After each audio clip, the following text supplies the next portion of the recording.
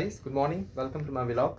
सो आज है 22 दिसंबर एंड सुबह के 8:08 हो रहे हैं। सो हेलो बोलो Siya. Hello, good morning. Good morning. So अब स्कूल टाइम है तो स्कूल जा रहा हूँ, उसके बाद तब बाद में वाले देखेंगे क्या होता है, ठीक है। तो फिर बने रहिए हमारे साथ।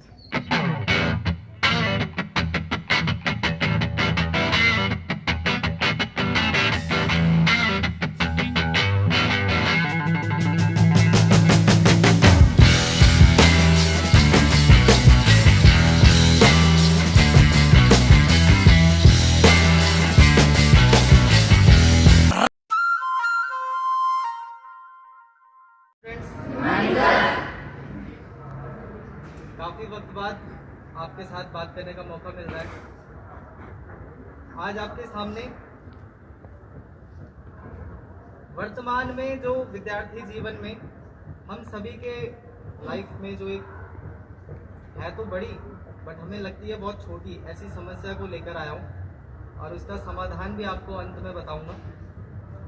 सबसे पहले आपको दो चीज़ों के बीच में डिफरेंस समझाना चाहूँगा। पहली चीज़ है कॉन्फिडेंस और दूसरी चीज़ है कंटिन्यूटी एंड ट्राई।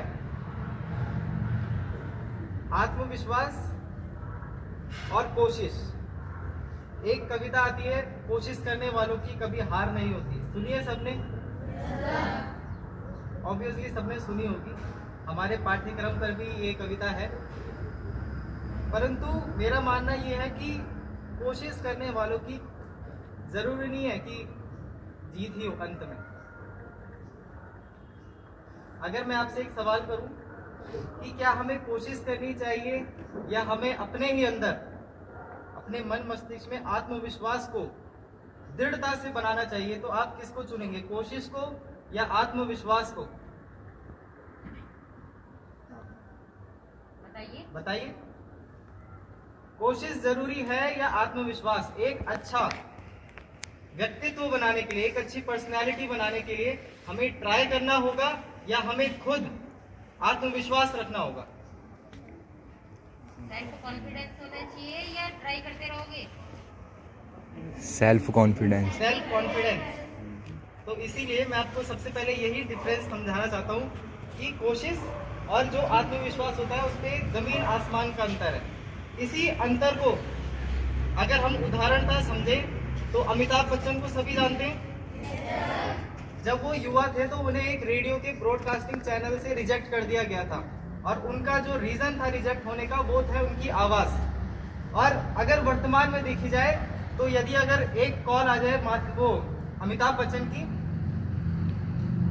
तो फिर हम जानते हैं कि हमारा जो फीलिंग्स होगी अंदर से उमड़ उमड़ के आएगी कि भाई आज हमें बिग बी ने कॉल करी है। हर आदमी, इंडिया का हर एक आदमी उनकी आवाज सुनने को, उनसे मिलने को तरसता है।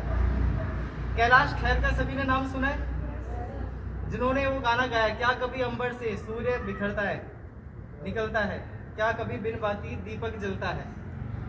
सुना है सबने? मेरठ के रहने वाले थे और अपने जब युवा काल चल रहा था उनका, युवा अवस्था में मेरठ से मुंबई भाग गए थे घर से बिना बताए। पढ़ाई में बहुत तेज थे, ऐसे नहीं थे कि उन्हें पहले से सिंगिंग का भूत सवार था मन में कि भाई मुझे सिंगर ही बनना है। पढ़ाई में बहुत ब्रिलियंट स्टूडेंट थे। उनके माता पिता को उनसे बहुत सारी अपेक्षाएं भी थी, परंतु जब मन में जज्बा ठहर जाता है कि भाई मुझे करना है तो बस करना है, उन्हें आत्मविश्वास था। रेलवे स्टेशन में बहुत रातें गुजारी उन्होंने, वहीं सोए और अंत में एक मौका मिला और उस आत्मविश्वास ने उन्हें जमीन से आसमान तक पहुंचा दिया।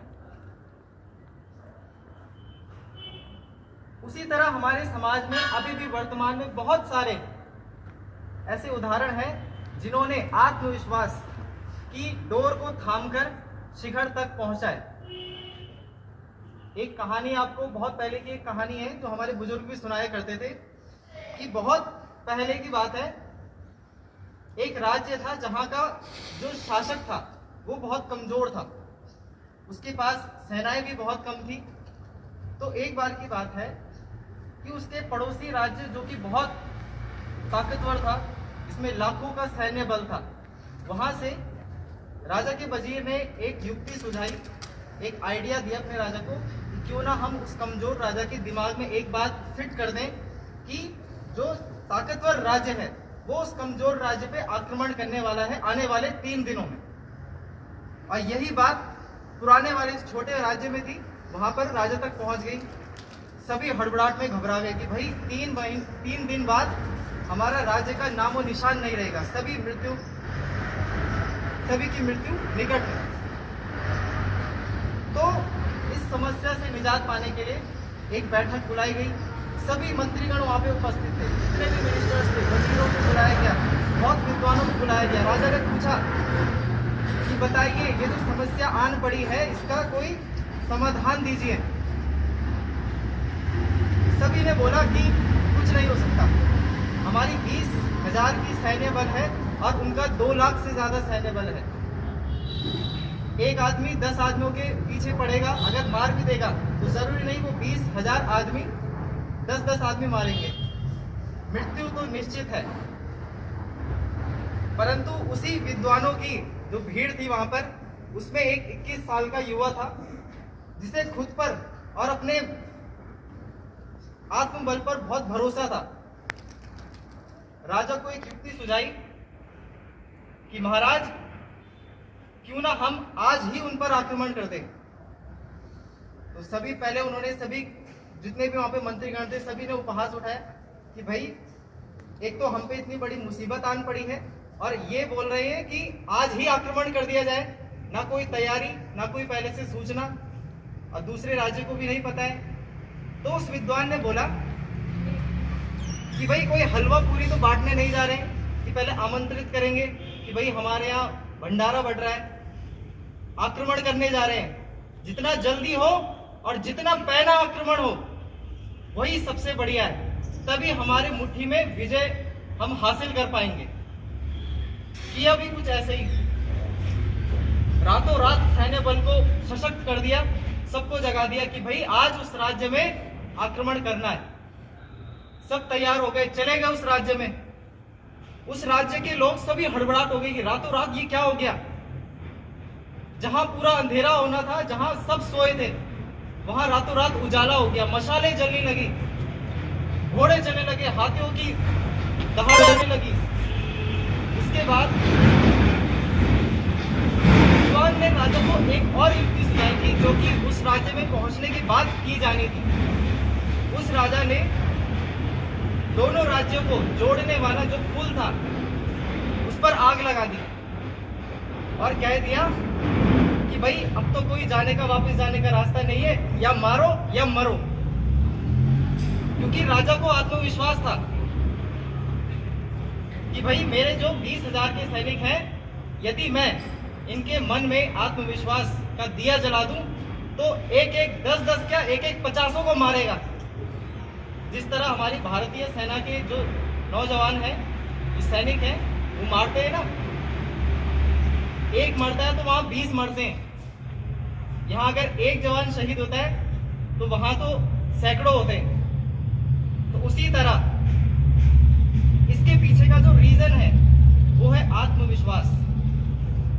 मेला सभी गए हैं अपने जीवन में, सबने देखा है। पुराने टाइम पे मेले में, अब तो खैर बहुत बंद हो चुका है ये चीजें। पुराने टाइम पे आपने मूवीज में देखा होगा कि एक व्यक्ति रहता है, उसके हाथ में चाकू रहता है, थोड़ी दूर पर एक और व्यक्ति या लड़की रही खड़े, उसके सर पे एक सेब रहेगा और लड़के की आंखों में पट्टी बांधी रहेगी और वो चाकू फेंकेगा और सेब आधा कट जाएगा।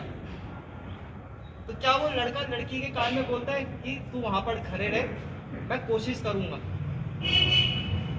क्या वो लड़की वहां पर खड़ी रहेगी वैसे कि भाई तू कोशिश कर, मैं खड़ी हूं, चाहे मेरी गर्दन कटे या सेब? होता है कभी ऐसा? यदि आपको बोल दिया जाए, आपका परम मित्र, सबसे जिगरी दोस्त बोल दिया जाए उसने, वो आपको बोलेगा कि तू खड़े रहे भाई, सेब रख दे, मैं काट दूंगा सेब, विश्वास कर ले मेरी बात का, trust me, I will cut the सेब, नॉट योर नेक। खड़े रहोगे? क्यों? क्योंकि ना उसे आत्मविश्वास है, ना आपको आत्मविश्वास है, ना आपको उस पर पूर्णता भरोसा है, ना उसे खुद पे पूर्णता भरोसा है। तो इसी तरह कोई भी चीज़ होती है, यदि वो मैथ्स का सवाल है, साइंस की कोई थ्योरी है, कोई भी चीज़, जीवन की कोई सी भी बड़ी से बड़ी परेशानी, आपके ही हाथों में उसका सवाल होता है और आपके ही मस्तिष्क में उसका जवाब होता है। परंतु सवाल, आपने देखा होगा, सवाल जितने बड़े होते हैं उनके जवाब उतने छोटे होते हैं। जैसे जैसे आप बड़े होते जाएंगे बहुत सारे सवाल आएंगे, बहुत सारी बड़ी बड़ी समस्याएं होंगी, परंतु यदि आत्मविश्वास, कहते हैं ना सफलता, जो परिश्रम होता है वो सफलता की कुंजी होता है। सुना है सबने? ये कुंजी मतलब चाबी, बड़े से बड़ा ताला। अगर एक खजाने का रूम दे दिया जाए आपको, उस पर एक बड़ा ताला लगा है, आप अंदर कैसे जाओगे? यदि आपके पास क्या हो? चाबी। उसी तरह जीवन पर अगर शिखर में पहुंचना है, अगर दूसरे की प्रेरणा बनना है, जरूरी नहीं है हमें अपने जीवन में सफल हो गए, हमने 40,000 की नौकरी कर दी, 20,000 की नौकरी कर दी, घर पाल लिया, बस इतना। ये जीवन एक मिला है। इस जीवन में हमें, अगर हम कम से कम 10 व्यक्ति को एक प्रेरणा स्रोत ना बन के जाए उनका, तो जीवन ये व्यर्थ है। यदि आज मैं खड़ा हूं और अगर आपको मुझसे कोई सीख ना मिली, तो मेरा जो बोलना है वो व्यर्थ है। और अगर आपने सच में आज सीख नहीं ली, तो फिर आपका विद्यार्थी जीवन ही व्यर्थ है। क्योंकि विद्या, जो विद्यालय होता है, विद्या धन आलय, 2 शब्दों से मिला है। आलय का मतलब जानते हैं आप? जैसे हिमालय था, हिम धन आलय, हिम माने बर्फ, आलय माने भंडार, हिम का भंडार, बर्फ का भंडार। उसी तरह विद्यालय होता है, विद्या का मंदिर, विद्या का भंडार।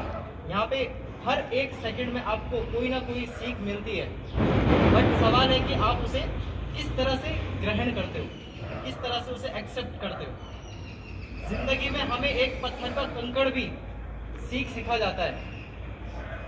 अगर आप नदियों में जाओगे, बड़े बड़े बोल्डर आए रहते हैं, बड़े बड़े पत्थर आए रहते हैं, उनकी जगह वहां पर क्यों है? और मंदिर में जो मूर्ति बनी है उसकी वैल्यू उतनी क्यों है? उस चीज से भी हमें सीख मिलती है।